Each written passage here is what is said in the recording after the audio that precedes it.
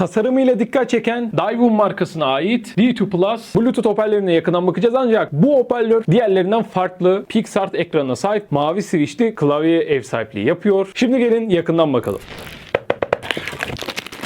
Adamların sadece ürünü koyduğu kutu bile o kaliteyi hissettiriyor. 10 watt gücünde PixArt konseptli. Mobil uygulama üzerinden alarm kurabiliyorsunuz. Klavye tuşlarının aydınlatmalarını, efektlerini değiştirebiliyorsunuz.